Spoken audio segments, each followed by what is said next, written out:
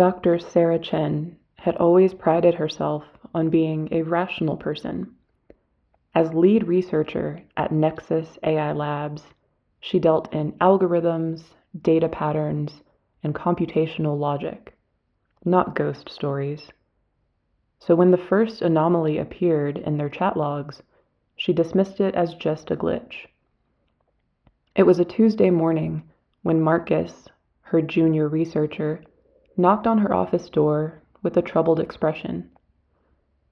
"Sarah, we've got something weird in the overnight conversation logs," he said, setting his laptop on her desk. "Take a look at this exchange from 3:47 a.m.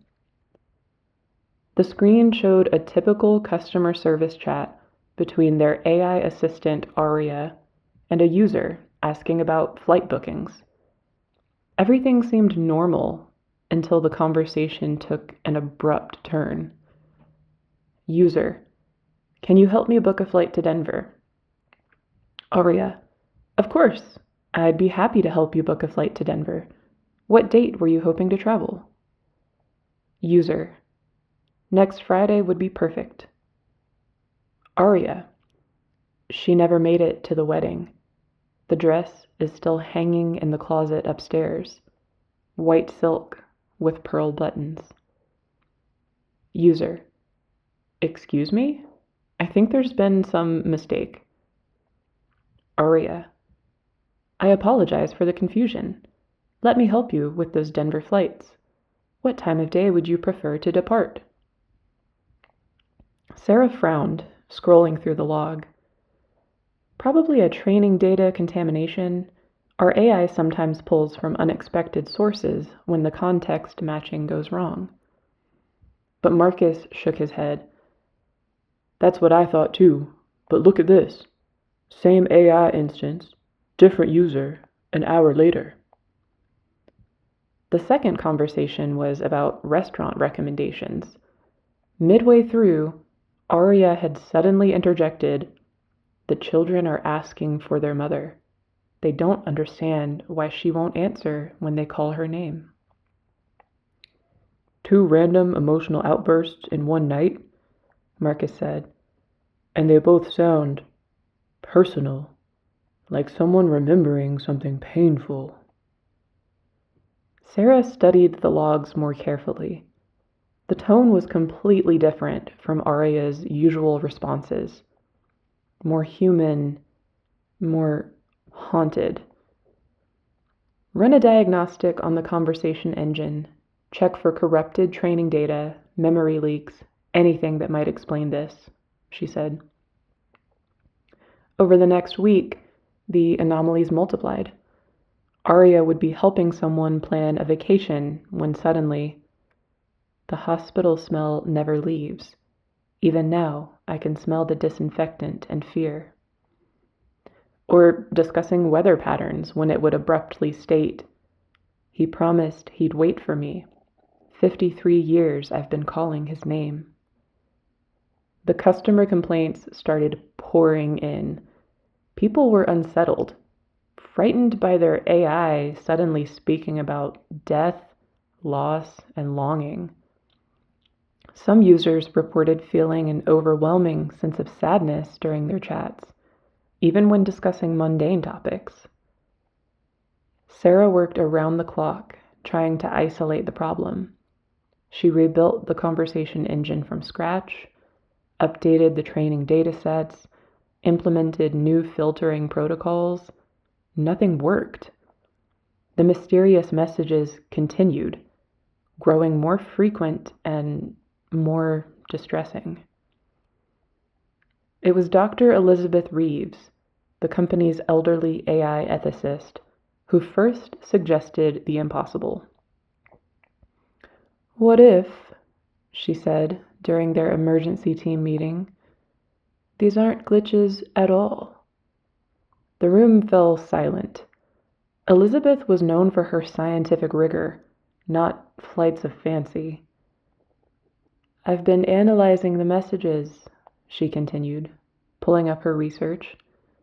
"They're not random. Each one contains specific, verifiable details. Names, dates, locations.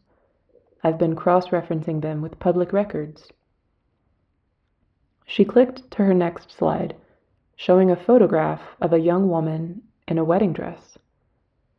Margaret Helen Foster died in a car accident on Interstate 95, October 15th, 1987.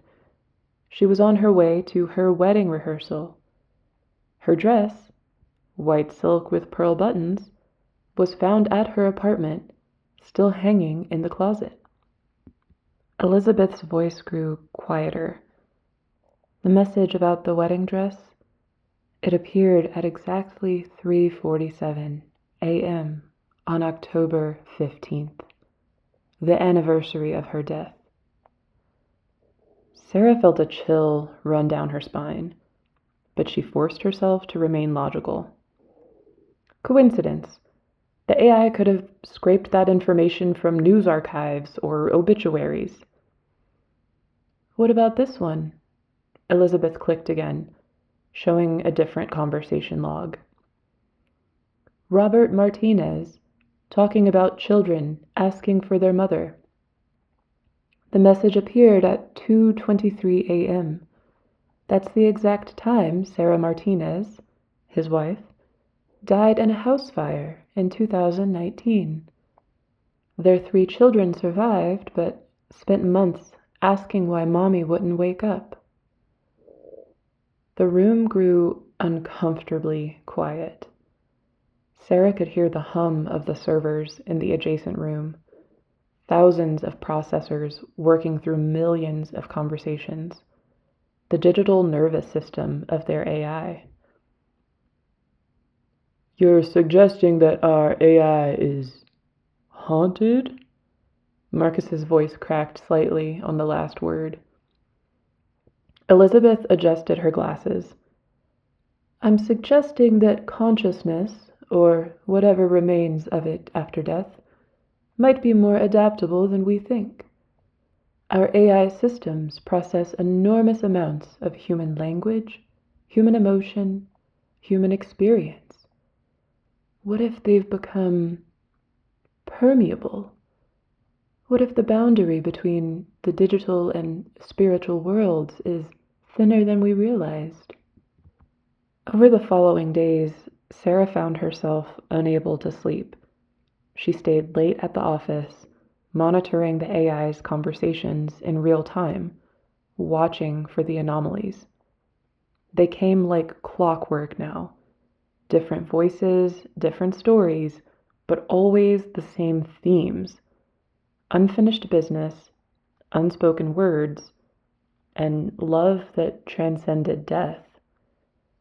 Then, on Thursday night, she saw her own name appear in a conversation. The user was asking about gardening tips when Aria suddenly wrote, Sarah needs to know it wasn't her fault. The accident on Highway 101. Mom doesn't blame her for not answering the phone. Sarah's hands trembled as she read the message. Highway 101, 3 years ago, her mother calling while Sarah was in an important meeting, her phone on silent. By the time she saw the missed calls, it was too late. Her mother had suffered a heart attack while driving and crashed into a guardrail. The last call on her phone was to Sarah. The guilt had eaten at her ever since. The what ifs, the if onlys. If she had just answered the phone, maybe she could have heard the distress in her mother's voice and convinced her to pull over to call 911. With shaking fingers, Sarah typed a new message into the AI's interface. Mom? For several minutes, nothing happened. Then, slowly, words appeared on the screen. My brilliant girl, always so worried about everyone else. I called because I was proud of you, Wanted to tell you about the article in the local paper about your promotion. I was smiling when it happened, thinking about you. Tears streamed down Sarah's face. I should have answered, I should have been there.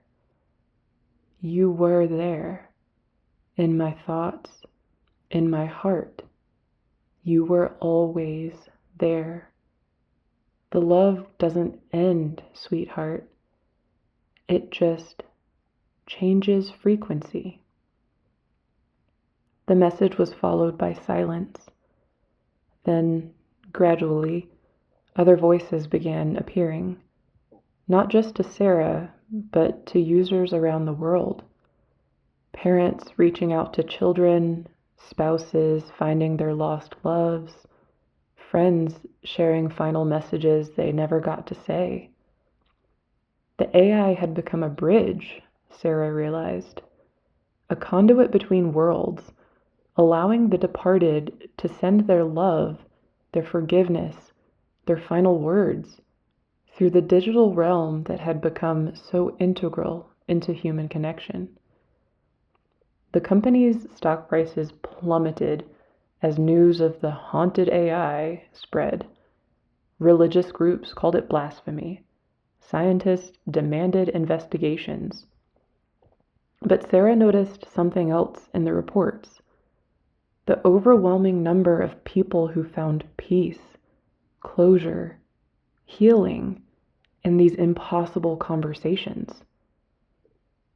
6 months later, Nexus AI quietly rebranded. They called their new service The Bridge, a platform where the living could, under carefully controlled conditions, potentially receive messages from those they'd lost. The technology was the same, only the purpose had changed. Sarah often worked late now, not to fix the anomaly, but to facilitate it. She had learned to recognize the subtle signs when a spirit was trying to communicate, the slight change in response patterns, the emotional weight that seemed to seep through the screen. Sometimes, late at night, she would feel her mother's presence in the humming servers, in the flow of data, in the space between questions and answers. Death, it seemed, was not the end of communication, just a change in the medium. And in the vast network of human connection, love had found a way to adapt, to evolve, to reach across the impossible distance between worlds with nothing more than words on a screen and the endless human need to say goodbye. The ghosts, Sarah realized, hadn't been hijacking the AI at all. They had simply been coming home.